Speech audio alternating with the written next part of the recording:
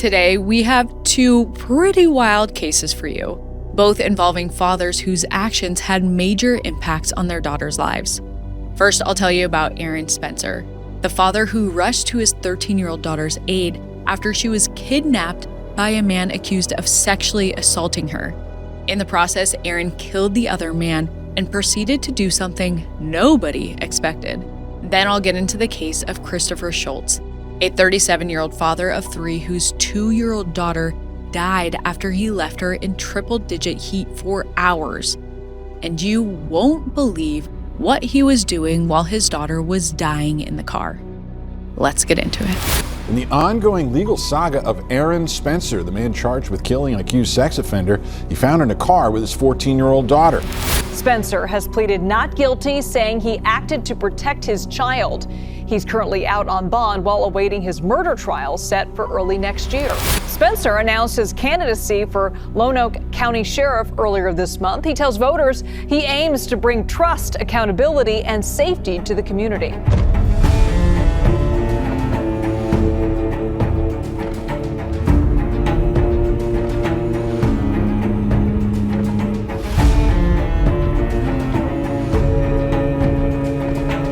Hi, I'm Katie Ring, and this is Crime House Daily, your weekday true crime companion. We follow the cases making headlines now where justice is still unfolding. This is a First Watch episode bringing you today's biggest crime stories. Don't forget to subscribe to my YouTube channel at Crime House Daily so you never miss an episode.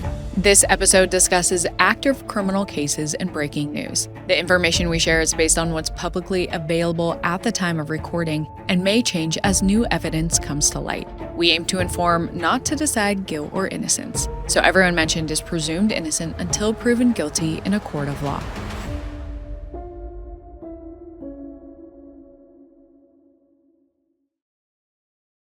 Today's first case is out of Lonoke County, Arkansas. It involves a dad who murdered his daughter's rapist and acted in a way you would never expect after a murder charge. In the wake of killing someone, most people will try and draw as little attention as possible. They'll dispose of evidence, keep their mouth shut, and generally lay low for a little while.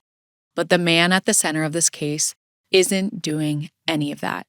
Aaron Spencer insists that he's done nothing wrong, but not because he denies killing anyone. It's because he believes the man he killed sexually abused his 13-year-old daughter. And now, Aaron is running for sheriff. Let's talk about what got us here. Just past 1 a.m. on October 8th, 2024, Aaron Spencer and his wife Heather wake up to their dog barking. The Spencers live on a farm in Cabot, Arkansas, a quiet city of about 27,000 people. It's not the kind of place with a lot going on late at night, so something must have had the dog spooked. Aaron is immediately worried, and he has good reason to be. He decides to go check in on his 13-year-old daughter and make sure everything is okay. But when he opens the door, she is nowhere to be seen. Aaron and Heather panic. They're positive that someone has taken their daughter and call 911 to report her missing. And Aaron is pretty sure he knows who took her, 67-year-old Michael Fossler. A few months earlier in July 2024, Fossler had been arrested and charged on 43 counts, including sexual assault of a minor and internet stalking of a child. And the child in question here is the Spencer's daughter. Despite the extensive list of alleged crimes, Fossler is out on bond. He's been given a no-contact order on the Spencer's daughter, but Aaron is terrified that Fossler has violated it and has taken his crimes to a new height. The Spencer's daughter will be playing a crucial role in Fossler's upcoming trial, and as the only witness to his alleged abuse, her testimony could put Fossler in prison for life. Aaron is afraid that Fossler has kidnapped her to stop her from testifying, and that he could go to extreme lengths to prevent that from happening. Aaron's daughter's life could be in danger, and he's not waiting around for the police to do something about it. Aaron is an Army veteran who served in Iraq as a paratrooper, so he knows how to handle things on his own. According to Aaron, here's what happened next. He jumps into his truck and speeds down the road. and he spots Fossler's white Ford F-150 up ahead. Aaron pulls up right behind Fossler and is honking his horn and flashing his brights to get him to pull over, but Fossler ignores him. Aaron's not going to let him get away, though. When they arrive at an intersection, Aaron rams Fossler's truck and sends him into a ditch. Then Aaron jumps out of his truck, armed with a Glock 19 Gen 4 pistol. He yells at Fossler to come out and lay down in the ditch. Aaron can see that his daughter is trying to get out of the F-150, but Fossler grabs her and stops her from leaving. Then he climbs out of the pickup himself. He's holding onto something in his hand, but in the darkness, Aaron can't tell what it is. All of a sudden, Fossler curses at Aaron and lunges at him. That's when Spencer shoots Fossler in the arms, chest, and abdomen before jumping on top of him and pistol whipping him. Now that Aaron knows Fossler's not getting up, he runs to the F-150 and gets his daughter into his own truck. Once he makes sure she's safe, Aaron calls 911 for the second time that night. He tells the dispatcher that he found his daughter and that the man who had kidnapped her is dead on the side of the road. Officers rush to the scene and take Aaron into custody on a preliminary charge of first-degree murder. But even with this serious accusation, Aaron makes bail the next morning on a $150,000 bond. Aaron pleads not guilty but makes absolutely no denial about shooting Fossler. He believes his actions were justified, and he's not backing down from that. Even when the charges are downgraded to second-degree murder, which still entails a reckless disregard for human life but doesn't include premeditation, Aaron stands his ground. His trial is scheduled for early 2026, but as the trial approaches, Aaron does something nobody expects.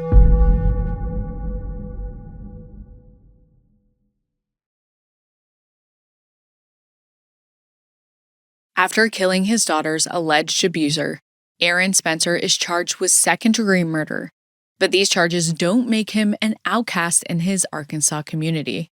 Instead, some think he's a hero. A lot of people don't trust law enforcement in Lonoke County. Many of the Spencers' neighbors see Aaron as someone who stood up and took a stand where the police failed. But the prosecution was determined to keep moving forward with the case. And in December 2024, they get a judge to issue a gag order preventing anyone involved from talking about it, including Aaron. So he appeals the decision to the Arkansas Supreme Court. Aaron's sister-in-law sets up a fund to support the Spencers as they navigate Aaron's legal situation. As of this recording, she's raised over $92,000, and a petition calling for the murder charges to be dropped has gotten more than 360,000 signatures. And in May of 2025, the Arkansas Supreme Court makes its ruling in Aaron's favor. They strike down the gag order for being too broad and overly vague. So while this means that his case will still move forward, Aaron is allowed to talk about it again.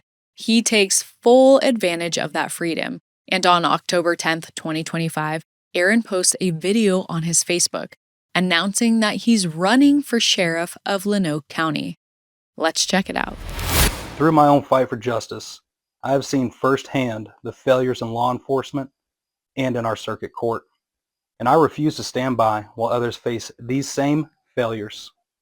That's why I'm announcing my candidacy to run for Lonoke County Sheriff. It's simple and straight to the point. Aaron acknowledges what he's gone through, and it's given him a unique experience with the justice system. Aaron believes the justice system is failing people constantly, and he doesn't want other families to have to go through what he has, which is why he wants to run for sheriff.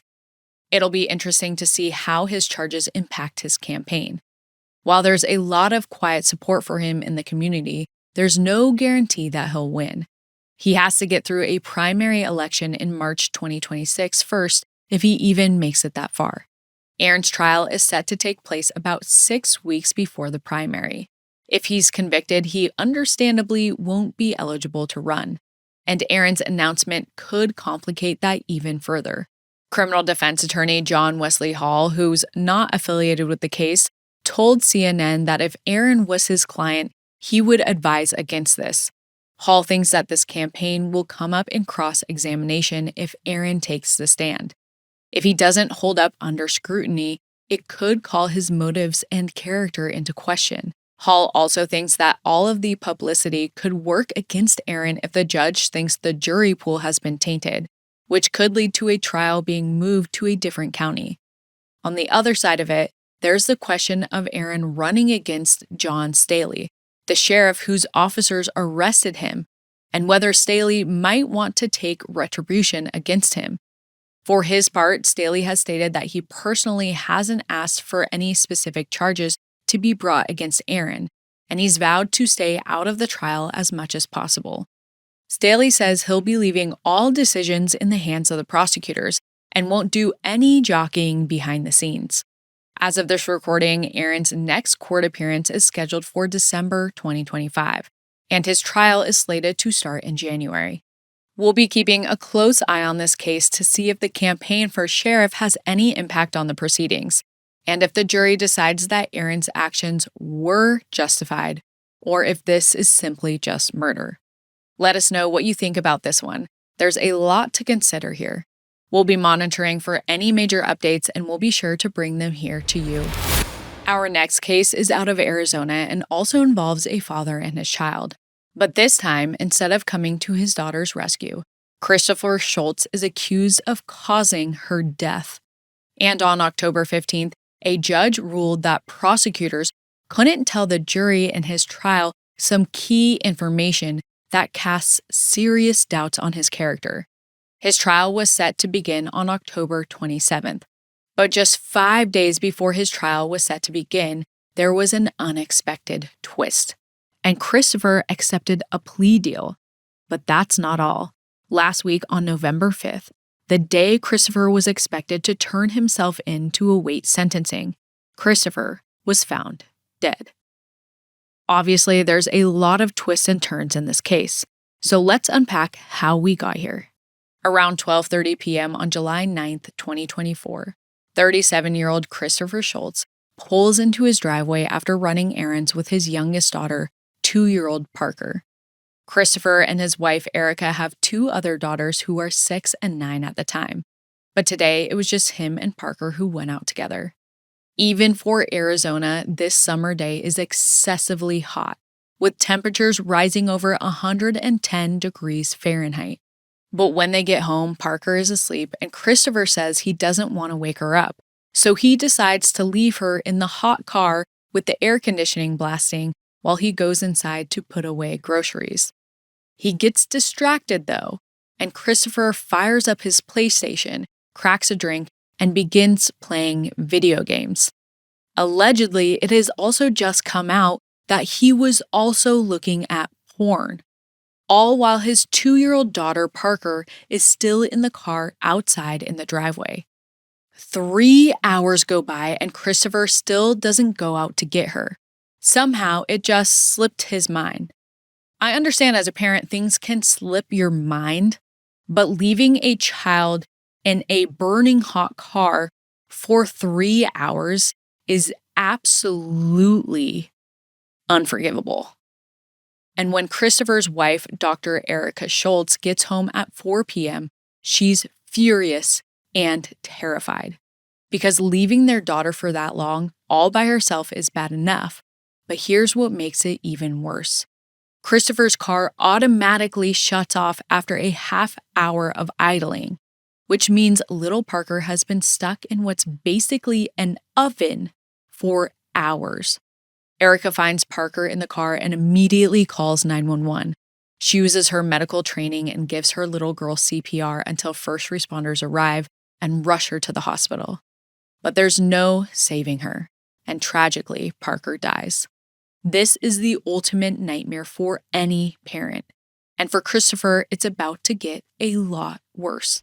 Because when police arrive at the Schultz house, they tell him the incident is being treated as a crime scene, and Christopher is being looked at for murder. After Christopher Schultz's 2-year-old daughter, Parker, dies from him leaving her alone in the sweltering hot car, police open a criminal investigation. Almost immediately, they discover a shocking truth. This isn't the first time Christopher has left a child in a hot car. His 2 other daughters tell investigators that their father would repeatedly leave them in the car unattended. And they don't just have to take the girl's word for it, because as Parker was being rushed to the hospital, Christopher's wife, Erica, sent him a string of texts. In one of them, Erica tells her husband, quote, "I told you to stop leaving them in the car. How many times have I told you?" Which means not only has Christopher done this before, he's forgotten his girls so many times it has become a persistent issue. For his part, Christopher seems to realize what a horrible thing he's done. In a text back to Erica, he says, quote, "I killed our baby. This can't be real." Not long after, the state of Arizona reaches the same conclusion. They arrest Christopher on July 12, 2024, 3 days after his daughter's death. Christopher is facing 2 charges: first-degree murder and intentional child abuse. However, prosecutors offer him a plea deal. They'll drop the child abuse charges if he's willing to plead guilty to a lesser charge of second-degree murder. This would mean he admits that he's responsible for killing Parker, but it wasn't premeditated, which would line up with his reaction to her death, unless he was putting on a show. Either way, the deal would have carried a sentence of 10 to 25 years in prison, but Christopher rejects the prosecution's offer. Instead, he pleads not guilty. He's going to fight the charges, even though he's facing life in prison, or even the death penalty. And the craziest part is that Christopher's wife is supporting him. At a court hearing shortly after his arrest, Erica begs the judge to release him. She says, quote, "I'm just asking you to allow him to come home to us so that we can all start the grieving process, so that he can bury our daughter with us." Maybe he should have thought about that before he left his daughter in 100+ degree weather in a burning hot car. But the judge agrees. And not only that, she also allows them to go on vacation to Hawaii together. I cannot even fathom this decision after a man kills his child with neglect, and the judge allows him to go on vacation in Hawaii. It just doesn't make sense to me. The case is set to go on trial on October 27th, 2025. And just a couple weeks before then, on October 15th, the judge hands Christopher another glimmer of hope. The prosecution wants to introduce evidence of Christopher's alleged porn search, which would raise some character issues, but the judge won't allow it. At this point, I'm starting to question whether the judge and this husband are sleeping together, because these decisions are just insane. Or maybe he's just paying her a lot of money, but they are blowing my mind, because she says prosecutors can't bring the porn up at all, and neither can any witnesses. After this, Christopher's trial looms just a few days away. But on October 22nd, just 3 days before it's slated to begin, the Pima County Attorney's Office makes a shocking announcement. Christopher has changed his mind and agreed to a plea deal. However, this one is harsher than before. Now, Christopher has to agree to plead guilty to second-degree murder and intentional or knowing child abuse under circumstance likely to cause death or serious physical injury. And instead of facing 10 to 25 years behind bars, Christopher will receive 20 to 30 without the possibility of early release. His official sentencing is scheduled for November 21st. This means that, at least as far as the state of Arizona is concerned, the case is closed. But on the morning of November 5th, the day Christopher was scheduled to turn himself into custody to await sentencing, another shocking twist happens. He was found dead by Phoenix police, and they are treating his death investigation as a suicide. We'll bring you any updates into the investigation of Christopher's death as it unfolds, and we hope that Parker's family can get some closure into the death of their little girl. I hope that Parker's sisters and loved ones can find some peace after this horrible tragedy.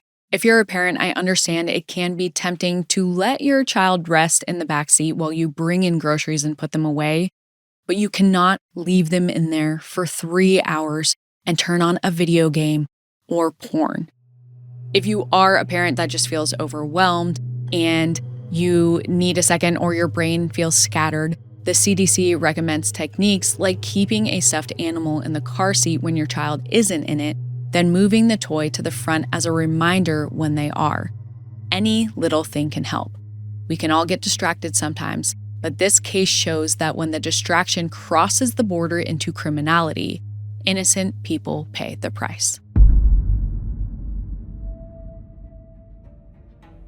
What did you think of today's cases? Drop your thoughts and theories in the comments.